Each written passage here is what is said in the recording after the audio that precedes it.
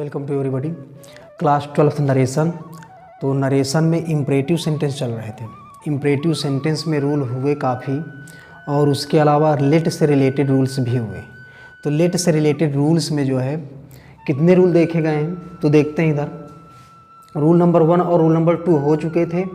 अब उसके बाद रूल नंबर 3 को देखना है, लेकिन पहले थोड़ा सा चर्चा ये कर लेते हैं कि रूल नंबर 1 और रूल नंबर 2 में क्या हुआ है। उसमें यह दिखाया गया कि अगर लेट के बाद अस आता है तो उसका परिवर्तन किस प्रकार करते हैं, और यदि लेट के बाद देयर बीन आता है तो उसका परिवर्तन किस प्रकार से किया गया। तो उन दोनों को देखा गया और उन दोनों के बाद इम्परेटिव सेंटेंस की सीरीज में लेट से रिलेटेड रूल्स में रूल नंबर 3 को पढ़ने जा रहे हैं। तो अब आइए इसको देखते हैं कैसे, यानी किस प्रकार परिवर्तन होता है। तो रूल नंबर 3 में लिखा हुआ है कि अगर रिपोर्टेड स्पीच में लेट के बाद मी दिया हो, अब मेन पॉइंट आया है मी। लेट के बाद अब मी की बात हो रही है तो उसका परिवर्तन कैसे करना है। दिया हो तो वाक्य से प्रार्थना का बोध होता है, प्रार्थना या विनती का बोध होता है। ऐसे में सेड या सेड टू के स्थान पर रिक्वेस्टेड, रिक्वेस्टेड क्यों करेंगे, क्योंकि प्रार्थना का बोध हो रहा है, रिक्वेस्टेड कर देते हैं। तथा कामा इन्वर्टेड कामाज के स्थान पर टू लगाते हैं, जबकि अभी तक ऐसा नहीं था। कामा इन्वर्टेड कामाज के स्थान पर यहाँ पर क्या लगाया जाएगा, लेट के बाद मी वाले में टू लगाया जाएगा, फिर इसके तुरंत बाद लेट भी लगाएंगे। लेट के बाद मी वाले में रूल क्या है कि लेट लगता है, और बाकी जैसे कि लेट अस देखा गया, लेट देयर बिनो देखा गया, तो वहाँ पर कुछ ऐसा नहीं था। तो अब लेट के बाद फिर शेष वाक्य जो है बदल देना है या लिख लेना है। लिख लेना है तो कैसे, अगर कुछ बदलने लायक होगा तो बदलेंगे। अब कैसे, तो एग्जाम्पल देख लेते हैं, एग्जाम्पल के माध्यम से ही समझ में आएगा। एग्जाम्पल में लिखा हुआ है he said to his officer, तो इसको और आगे देखते हैं। रिपोर्टेड स्पीच में तो लेट लिखा है और लेट के बाद क्या आ गया है मी, और जब लेट के बाद मी आए तो कैसे परिवर्तन करते हैं उसी को देखना है। ही सेड टू के स्थान पर क्या लाना है, लेट के बाद मी को देखते हुए प्रार्थना का बोध हो रहा है, ऐसे में रिक्वेस्टेड लाया जाएगा। तो यहाँ पर आ जाएगा रिक्वेस्टेड। रिक्वेस्टेड के बाद लिखा हुआ है हिज ऑफिसर, तो यहाँ पर लिखते हैं हिज ऑफिसर। ऑफिसर के बाद जब लेट के बाद मी आए तो उसने कहा कामा इन्वर्टेड कामाज के स्थान पर टू लगाना है, तो यहाँ पर लगा देते हैं टू, और टू के बाद लेट के बाद मी वाले में लेट को लिखा जाता है, लेट लिखेंगे। इसके बाद शेष वाक्य को लिख देते हैं। लिखने का मतलब ये होता है कि अगर बदलने लायक है तो बदलेंगे। अब यहाँ पर मी लिखा है तो मी को जानते हो अच्छी तरह से कि फर्स्ट पर्सन है, फर्स्ट पर्सन चेंज होता है।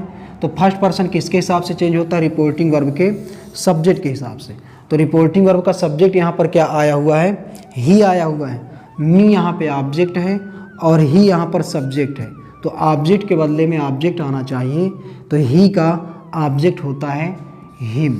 तो मी के स्थान पर यानी ऑब्जेक्ट के स्थान पर ऑब्जेक्ट आ गया, फर्स्ट पर्सन चेंज होगा सब्जेक्ट के हिसाब से। सब्जेक्ट में ही बैठा था तो ही के ऑब्जेक्ट हो जाएगा हिम। फिर लिखा हुआ है गो, गो के बाद है होम। कुछ इस तरह से परिवर्तन हमें करना है जब लेट के बाद मी दिया हो।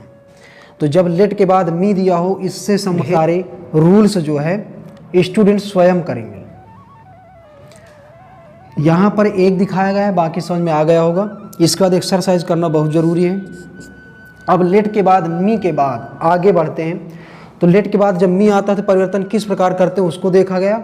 और अब इसी सीरीज में रूल नंबर 4 को देखते हैं। इसमें क्या करवा रहा है, इसमें कह रहा है अगर रिपोर्टेड स्पीच में लेट के बाद नो वन दिया हो, नो वन के अलावा एक पॉइंट और है, अगर कोई सब्जेक्ट दिया हो, नो वन दिया हो या फिर कोई सब्जेक्ट दिया हो, नाउन दिया हो, तो ऐसे में क्या होता है कि वाक्य से आदेश का बोध होता है। लेट के बाद अगर नो वन दिया है, सब्जेक्ट दिया है या फिर कोई नाउन दिए हैं, तो वहाँ पर आदेश का बोध होता है। ऐसे में सेड हो या फिर सेड टू हो के स्थान पर ऑर्डर लगाएंगे। आदेश के लिए क्या लगाया जाता है, ऑर्डर लगाते हैं। कामा इन्वर्टेड कामाज के स्थान पर दैट, यहाँ पर दैट लगाते हैं। तो देखा जा रहा है कि लेट से रिलेटेड रूल्स में हर उसमें कुछ ना कुछ अलग आ जाता है। कहीं पर टू लगता है, कहीं पर दैट, किसमें क्या लगता है, तो इसमें जो है थोड़ा सा देखने की ज़रूरत है। तो क्या कह रहा है कि इन्वर्टेड कामाज के स्थान पर क्या लाना है, दैट लाना है, दैट के बाद नो वन ले आए, अगर नो वन दिए है तो नो वन लाए, अगर कोई सब्जेक्ट दिए है, सब्जेक्ट का मतलब क्या है, नाउन दिए है, तो वहाँ पर उस नाउन को ले आएँ और इसके बाद अपनी तरफ से यहाँ पर हेल्पिंग वर्ब फिर से लाएंगे। जैसे कि लेट के बाद मी वाले में ऐसा कुछ नहीं था, लेकिन इसमें फिर देख रहे हैं कि अपनी तरफ से हेल्पिंग वर्ब लाना है। जैसे कि देखा गया लेट के बाद अस वाले में, उसमें भी हेल्पिंग वर्ब लाए थे अपनी तरफ से, ठीक उसी प्रकार इसमें भी ला रहे हैं। अब इसका परिवर्तन किस तरह से करते हैं तो देखते हैं। वाक्य पढ़ते हैं, पहले क्या है सेंटेंस यहाँ पर, कामा इन्वर्टेड कामा के बाद देखते हैं लेट के बाद जो है नो वन आ गया है और यहाँ पर लेट के बाद द मैन आ गया है।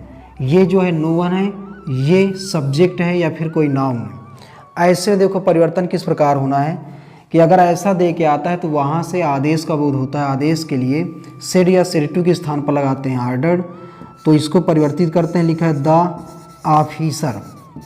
ऑफिसर के बाद ये है सेड टू, लेट के बाद नो वन को देखते हुए आदेश का बोध होता है, तो ऐसे में यहाँ पर लगा देंगे ऑर्डर्ड। फिर लिखा हुआ है हिज क्लर्क, हिज क्लर्क्स है, कामा इन्वर्टेड कामाज के स्थान पर अब लाना है दैट, तो यहाँ पर लगाएंगे दैट। दैट के बाद जब लेट के बाद नो वन दिया हो तो लेट इसमें हटता है। ऐसे में पहले सब्जेक्ट लाएंगे, सब्जेक्ट के रूप में क्या है यहाँ पर नो वन। नो वन के बाद अपनी तरफ से देखना है सहायक क्रिया के रूप में क्या लाना है शुड, यहाँ पर ले आए शुड और शुड के बाद जैसे वैसे देखते हैं शेष वाक्य, शेष वाक्य क्या है कम लिखा हुआ है, कम के बाद है यहाँ पर लेट। कुछ इस तरह से परिवर्तन करेंगे। तो ये रहा अभी तक नो वन वाला, और अब देखते हैं सब्जेक्ट वाला या फिर नाउन वाला।